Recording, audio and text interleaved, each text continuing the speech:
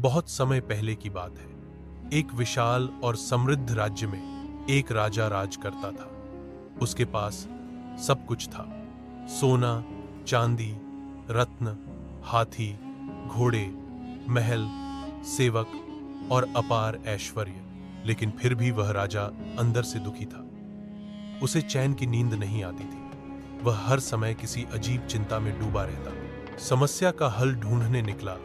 एक दिन उसने राज्य के सारे विद्वानों, तांत्रिकों, संतों और वैद्यों को बुलाकर पूछा, मुझे सब कुछ होते हुए भी सुकून क्यों नहीं है? मैं हर समय बेचैन क्यों रहता हूँ? किसी के पास कोई सटीक उत्तर नहीं था।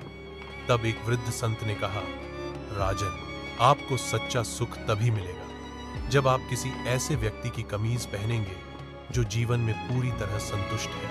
संतोषी व्यक्ति की तलाश राजा ने पूरे राज्य में ढिंढोरा पिटवाया। जो व्यक्ति पूरी तरह संतुष्ट है वह दरबार में आए, राजा उसे इनाम देगा। कई लोग आए, लेकिन जब उनसे पूछा गया, क्या तुम्हारी कोई इच्छा शेष नहीं, तो सभी ने कुछ न कुछ मांगा। किसी को धन चाहिए था, किसी को संतान, किसी को सम्मान। राजा निराश हो गया।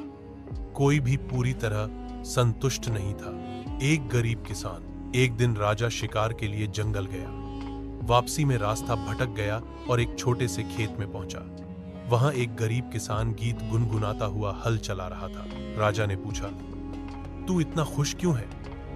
किसान बोला, मेरे पास जो कुछ है उसी में संतुष्ट हूं।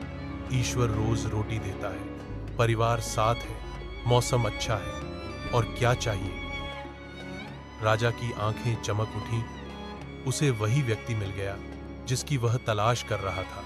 लेकिन राजा ने तुरंत कहा, हे किसान, मुझे तुम्हारी कमीज दे दो। किसान होश पड़ा और बोला, महाराज, मेरे पास कमीज ही नहीं है। राजा स्तब्ध रह गया। उसने समझ लिया, सच्चा सुख किसी वस्तु में नहीं बल्कि मन की संतुष्टि में है।